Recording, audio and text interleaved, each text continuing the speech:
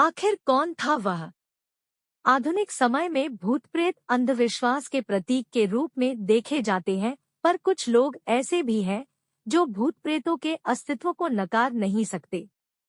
कुछ लोग पढ़े लिखे, जिन्हें भूत प्रेत पर पूरा विश्वास होता है, वे भी इन आत्माओं के अस्तित्व को नकार जाते हैं, क्योंकि उनको पता है कि अगर वे किसी से इन बातों का जिक्र किए तो सामने वाला भी, चाहे भले इन बातों को मानता हो, पर वह यही बोलेगा, पढ़े लिखे होने के बाद भी आप ये कैसी बातें कर रहे हैं।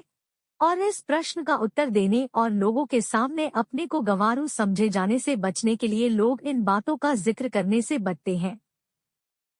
मैं आज यहाँ दो वृत्तांत का वर्णन करूंगा, जिसको सुनने पढ़ने के बाद आपको क्या लगता है अवश्य बताएं। खैर, मैं भी तो भूत प्रेत को नहीं मानता, पर कभी कभी कुछ ऐसी घटनाएं घट जाती है कि भूत प्रेत के अस्तित्व को नकारना बनावटी लगता है। बात कोई 15 से 16 साल पहले की है।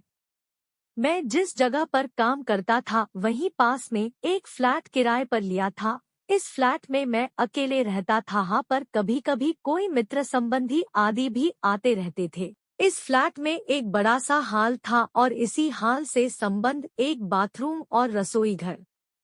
एक छोटे से परिवार के लिए यह फ्लैट बहुत ही अच्छा था और सबसे खास बात इस फ्लैट की यह थी कि यह पूरी तरह से खुला खुला था। मैं आपको बता दूं कि इस फ्लैट का हॉल बहुत बड़ा था और इसके पिछले छोर पर शीशे जड़ित दरवाजे लगे थे, जिसे आप आसानी से खोल सकते थे।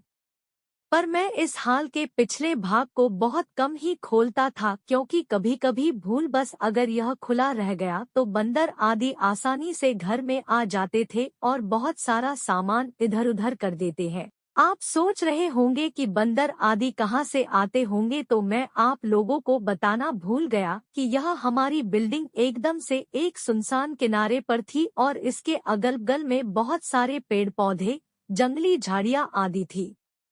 अपने फ्लैट में से नीचे झांकने पर सांप आदि जानवरों के दर्शन आम बात थी। एक दिन शाम के समय मेरे गांव का ही एक लड़का, जो उसी शहर में किसी दूसरी कंपनी में काम करता था, मुझसे मिलने आया।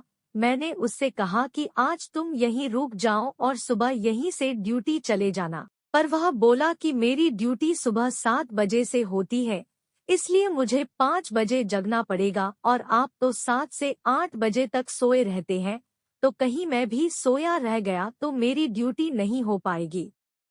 इस पर मैंने कहा कि कोई बात नहीं, एक काम करते हैं, 4 बजे सुबह का अलार्म लगा देते हैं और तू जल्दी से जगकर अपने लिए टिफिन भी बना लेना, पर हाँ, एक काम करना, मुझे मत जगाना। इसके बाद वह रहने को तैयार हो गया। रात को खा पी कर लगभग 11:30 तक हम लोग सो गए। हम दोनों हाल में ही सोए थे। मैं खाट पर सोया था और वह लड़का लगभग मेरे से 2 मीटर की दूरी पर चटाई बिछाकर नीचे ही सोया था। एक बात और, रात को सोते समय भी मैं हाल में 0 वाट का बल्ब जलाकर रखता था। अचानक लगभग रात के 2 बजे मेरी नींद खुली। यहाँ मैं आप लोगों को बता दूं कि वास्तव में मेरी नींद खुल गई थी, पर मैं लेटे लेटे ही मेरी नज़र किचन के दरवाजे की ओर चली गई। मैं क्या देखता हूँ कि एक व्यक्ति किचन का दरवाजा खोलकर अंदर गया और मैं कुछ बोलूँ उससे पहले ही फिर से किचन का दरवाजा धीरे धीरे बंद हो गया। मुझे इसमें कोई हैरानी नहीं हुई, क्योंकि मुझे पता था कि गाँव वाला लड़का ड्यूटी के लिए लेट न हो इस चक्कर में जल्दी जग गया होगा। बिना गाँव वाले बच्चे की ओर देखे ही ये सब बातें मेरे दिमाग में उठ रही थी। पर अरे, यह क्या, फिर से अचानक किचन का दरवाजा खुला और उसमें से एक आदमी निकलकर बाथरूम में घुसा और फिर से बाथरूम का दरवाजा बंद हो गया। अब तो मुझे थोड़ा गुस्सा भी आया और चूंकि वह गांव का लड़का रिश्ते में मेरा लड़का लगता है, इसलिए मैंने घड़ी देखी और उसके बिस्तर की ओर देखकर गाली देते हुए बोला कि बेटे, अभी तो 3 भी नहीं बजा है और तू जगकर खटपट शुरू कर दिया। अरे यह क्या। इतना कहते ही अचानक मेरे दिमाग में यह बात आई कि मैं इसे क्यों बोल रहा हूँ, यह तो सोया है। अब तो मैं फटाक से खाट से उठा और दौड़कर उस बच्चे को जगाया। वह आंख मलते हुए उठा पर मैं उसको कुछ बताए बिना सिर्फ इतना ही पूछा कि क्या तू 2 से 3 मिनट पहले जगा था, तो वह बोला नहीं तो, और वह फिर से सो गया। अब मेरे समझ में कुछ भी नहीं आ रहा था। मैंने हाल में लगे ट्यूब को भी